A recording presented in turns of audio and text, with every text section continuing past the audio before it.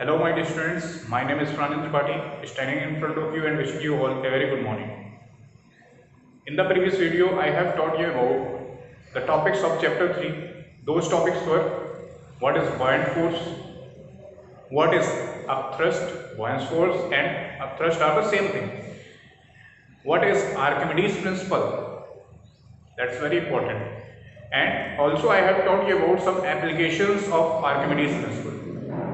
Today we are going to study our new topic, that is conditions of flotation और sinking. अब हम लोग पढ़ने जा रहे हैं कुछ, पहली बात तो पढ़ेंगे कि फ्लोटेशन है क्या, सिंकिंग क्या है, फिर उसकी कंडीशंस भी जानेंगे. Okay, so let's start with the first topic, that is floating और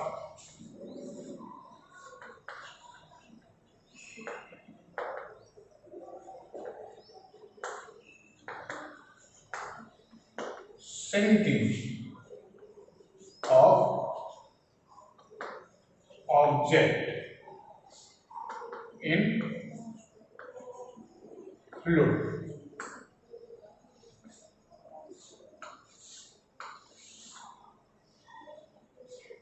Floating or sinking.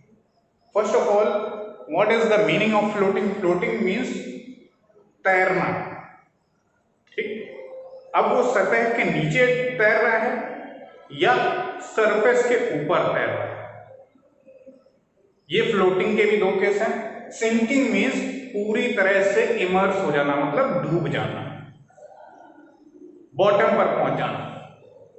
किसी भी अगर कंटेनर में फ्लूइड रखा है, उसमें फ्लूइड भरा हुआ है, and if we drop any object and it goes down into the bottom of that container, then it will said to be sink.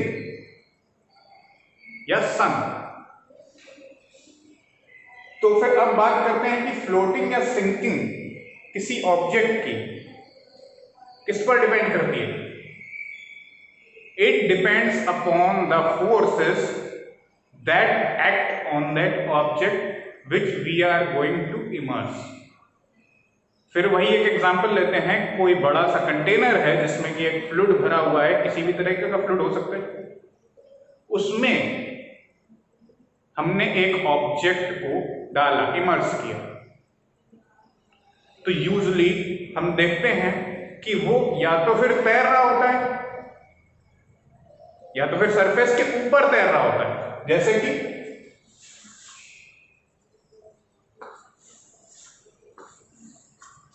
ये आपका कंटेनर है, ये इसमें फ्लूइड भरा हुआ है यहां से, ठीक है. तो इसमें आपने अगर कोई ऑब्जेक्ट डाला तो या तो फिर यहां पर वो फ्लोट करेगा सरफेस के ऊपर. ये देखिए, half part is above the surface and half part is below the surface, emerge. आधा पार्ट डूबा हुआ है और आधा ऊपर उठा हुआ है. या तो फिर दूसरा केस, ये फर्स्ट केस है. दूसरा केस ये भी हो सकता है कि ये ऑब्जेक्ट पूरी तरीके से सरफेस के नीचे फ्लोट करेगा. And the third case is this object goes down into the bottom. तो मोस्टली 3 केसेस हमारे सामने होते हैं. अब इन 3 केसेस का रीजन क्या है मैं आपको बताता हूं. इस केस में, इन तीनों ही केस में बल्कि जो एक्शन होता है वो होता है फोर्स का. We know that the weight of that object which we are going to immerse acts downwards. यहां पर पूरा का पूरा जो है, एक तरीके से कह सकते हैं कि जिससे हमें मतलब है वो 2 चीजों से मतलब है. एक उस बॉडी के वेट से, और दूसरा जो बॉयंट फोर्स लगाया किसने, वाटर में. कहने का मतलब कि जो इसका वेट है, वेट ये हमेशा डाउनवर्ड एक्ट करेगा.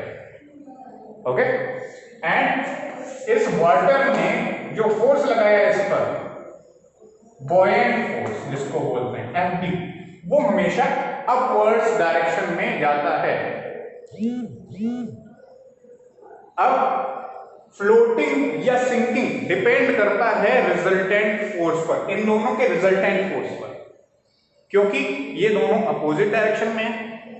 वेट जो है वर्क नीचे साइड कर रहा है, नीचे की डायरेक्शन में, और जो बॉयंट फोर्स है वो अपवर्ड्स डायरेक्शन में वर्क कर रहा है। तो इन दोनों का जब रिजल्टेंट हम निकालेंगे, रिजल्टेंट के ऊपर डिपेंड करेगा कि ये बॉडी डूबेगी या फ्लोट करेगी, सिंक करेगी या फ्लोट करेगी। Now let us discuss these 3 cases.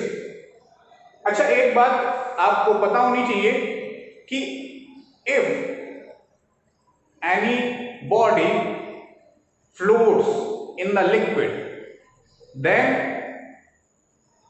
The weight of that body is equal to the water displaced by that body. या हम कह सकते हैं कि the water displaced, when the water displaced by the body is equal to the weight of that object या weight of that body, then that body floats. जब ये दोनों इक्वल हो जाएंगे तो वो बॉडी तैरेगी। अब बात करते हैं इन 3 केसेस के बारे में। केस फर्स्ट में क्या है? If the weight of that object is more than the buoyant force, कि जब वेट ज्यादा है, डाउनवर्ड एक्ट कर रहा है, ऊपर से वेट ज्यादा लग रहा है और नीचे से बॉयंट फोर्स नहीं लगा पा रहा है इतना वाटर, बॉयंट फोर्स कम है, व्हेन, यहां से आपको फिर से बताता हूं,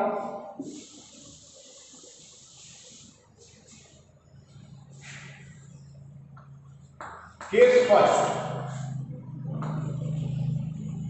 when the weight of the body is more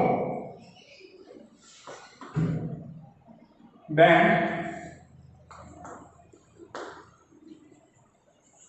the buoyant force of the fluid, then, अब ये कैसे होगा ये देखिए, आपको मैं बताता हूं।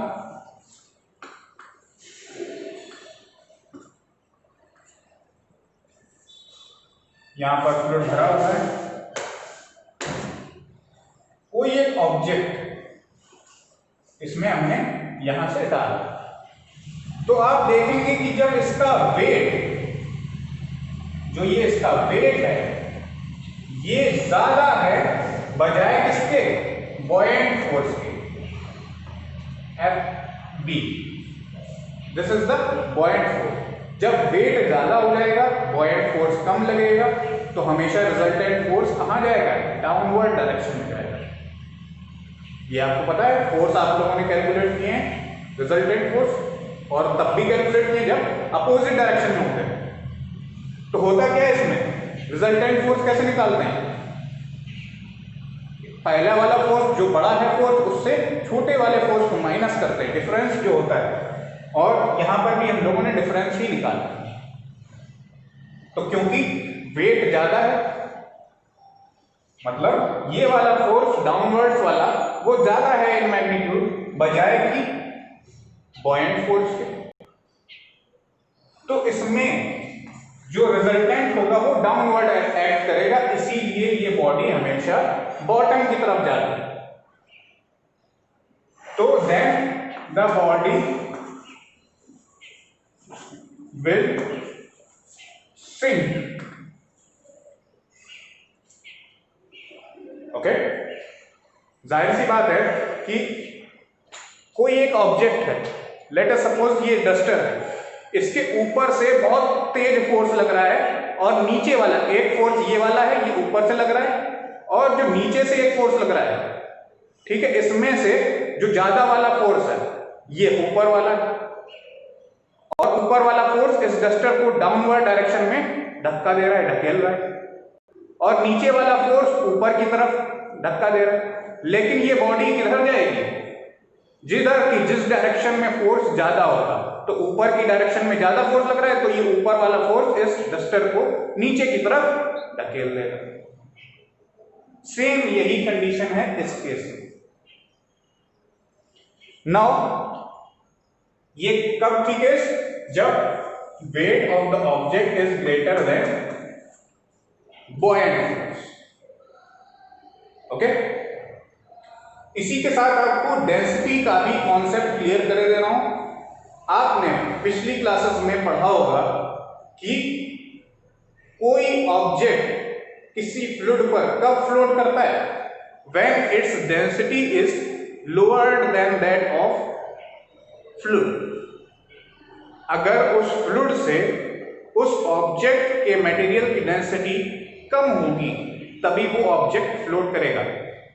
यहां पर क्या है? सिंक हो रहा है। इसका मतलब क्या है कि डेंसिटी उस ऑब्जेक्ट की ज्यादा है। किसकी डेंसिटी से? इस फ्लूइड की डेंसिटी से।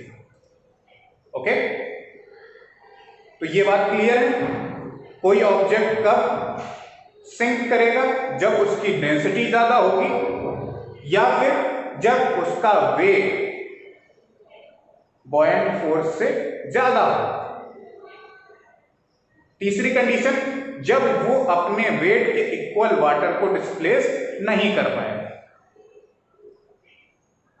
ठीक है, तो सिंकिंग की ये 3 कंडीशन आप इजीली समझ सकते हैं।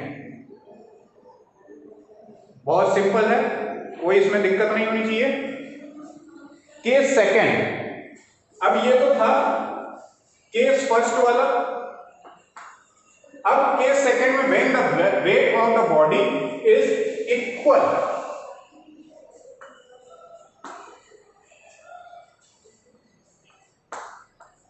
केस सेकेंड में क्या है? जब weight of the body is equal to the buoyant force of the fluid,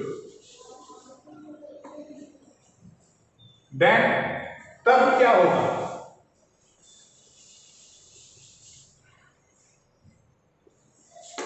ये फ्लूइड है, तब होगा ये कि जो ऑब्जेक्ट है वो फ्लोट करेगा बट सरफेस के नीचे। ये अगर सरफेस है तो सरफेस के नीचे फ्लोट करेगा, because W is downward and buoyant force is in upward direction, but these both are equal। फिर से एक डस्टर वाला एग्जांपल लेते हैं कि डस्टर के ऊपर से जितना फोर्स लगा उतना ही नीचे से फोर्स लग रहा है, तो ये डस्टर अपनी ओरिजिनल पोजीशन पर ही रहेगा ना नीचे जाएगा ना ऊपर जाएगा, बिकॉज दोनों तरफ से फोर्स क्या हो रहा है? इक्वल लग रहा है। ठीक है, सेम यही कंडीशन है इस केस में। W is equal to FB। तो इस केस में क्या होगा? The body will float under the surface. यहां पर बॉडी जो है under the surface of fluid.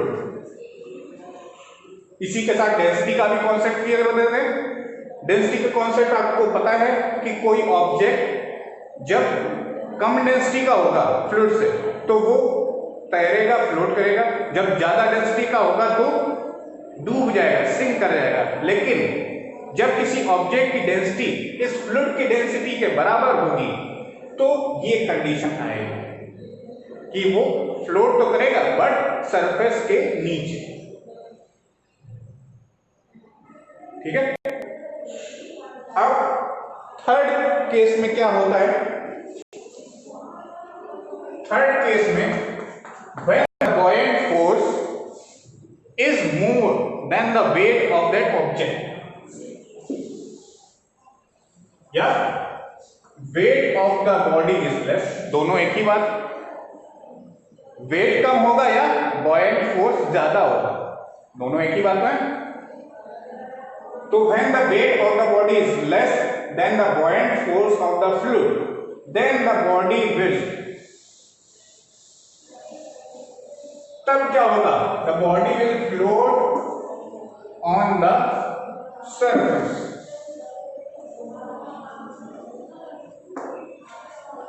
जब वेट कम होगा, मतलब ऊपर वाला फोर्स जो वेट था इसका, जो डाउनवर्ड एक्ट कर रहा था, वो कम होगा और नीचे वाला फोर्स ज्यादा होगा, बॉयंट फोर्स ज्यादा होगा, तो क्या हो जाएगा, नीचे वाला फोर्स जब ज्यादा है तो वो डस्टर को ऊपर की तरफ धकेलेगा।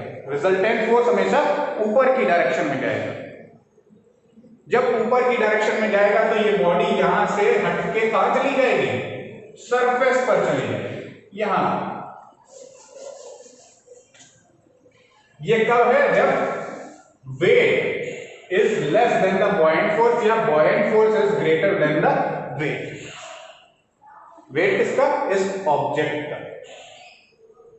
कहने का मतलब जब बॉयंट फोर्स बढ़ जाता है, बॉयंट फोर्स की ताकत बढ़ जाती है, तो उसका इफेक्ट भी हमको दिखने लगता है, वो बॉडी फ्लोट करती है सरफेस पर। उसका हाफ पार्ट इमर्ज्ड रहेगा, हाफ पार्ट ऊपर रहेगा सरफेस। ओके, और ये भी आपको पता है डेंसिटी का कॉन्सेप्ट उसमें क्या है, कोई भी चीज तभी फ्लोट करेगी जब उसकी डेंसिटी पानी या किसी भी फ्लूइड की डेंसिटी से कम होगी। तो यहां पर आपको पता होना चाहिए कि जब ये फ्लोट कर रही है तो जाहिर सी बात है इसकी डेंसिटी कम होगी। ऑब्जेक्ट की डेंसिटी अगर फ्लूइड की डेंसिटी से कम है तभी वो इस फ्लूइड में फ्लोट करेगी। ओके, तो ये थी फ्लोटिंग की 3 कंडीशंस।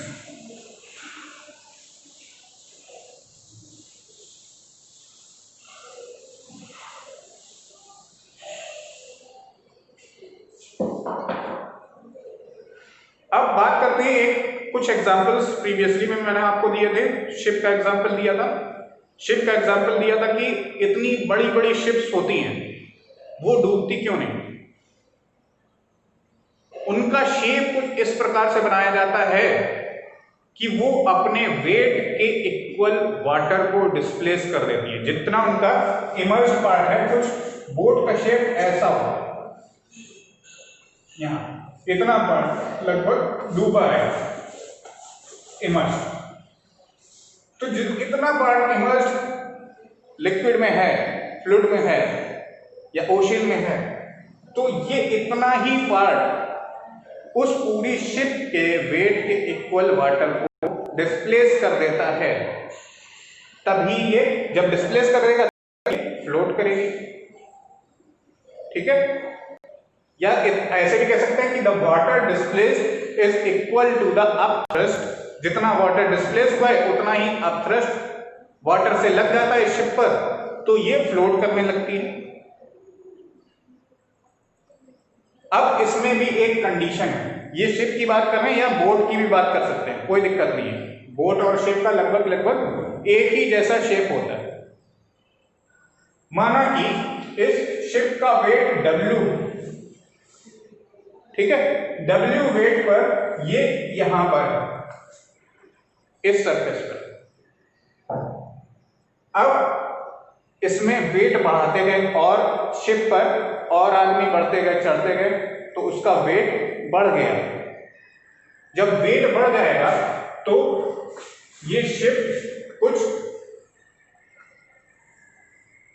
इस तरीके से हो जाएगी। ये आपका क्रॉस सेक्शनल एरिया है। आप अगर समझ पाए तो कि शिप कुछ ऐसी होती, ठीक है, तो ये क्रॉस सेक्शनल एरिया मैंने आपको ट्रायंगुलर दिखाया, सामने वाला पोर्शन जो शिप का है, सामने वाला हिस्सा।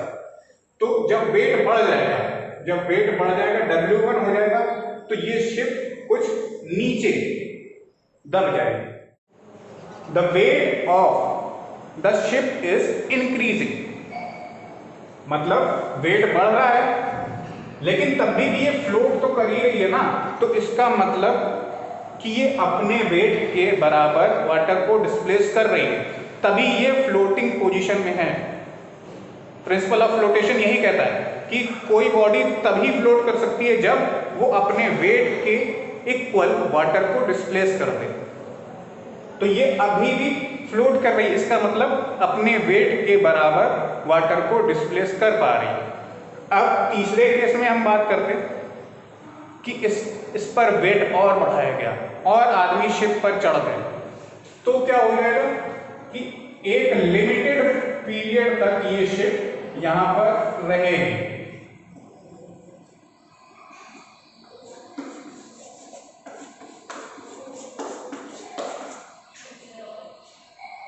ये W2 की बात है, जब और ज्यादा आदमी इस पर सवार हो गए शिप पर, तो इसका वेट और बढ़ गया। अभी भी ये देखिए सिंक नहीं कर रहा है, अभी भी फ्लोट कर रहा है। इसका मतलब ये अभी भी उतने वाटर को डिस्प्लेस कर रहा है। Weight of ship is equal to the upthrust of the water हो रहा है, मतलब weight of the ship is equal to buoyant force अभी भी इस कंडीशन में भी पॉसिबल है। लेकिन अब इसके बाद, इस कंडीशन के बाद अगर और आदमी इस शिप पर चढ़े तो वेट बढ़ जाएगा। और ये आप देखिए कि सरफेस ऑफ वाटर यहां पर है अभी शिप के, मतलब बिल्कुल एज पर। अब अगर इस शिप पर और वेट बढ़ाया गया तो ये शिप सिंक डाउन हो जाएगी, अपने वेट के बराबर वाटर को डिस्प्लेस नहीं कर पाएगी। जब अपने वेट के बराबर वाटर को डिस्प्लेस नहीं कर पाएगी, इसका मतलब वो सिंक हो जाएगी। या फिर इसका मतलब ये भी हम लगा सकते हैं कि बॉयंट फोर्स उसके वेट के इक्वल नहीं हो पाएगा। ठीक है, तो ये थी बात इस शिप के केस की फ्लोटिंग एंड सिंकिंग के बारे में। तो students, if you have any kind of doubt, any kind of problem in these topics that are being taught today, then you can ask it in your WhatsApp. Okay, thank you and have a nice day.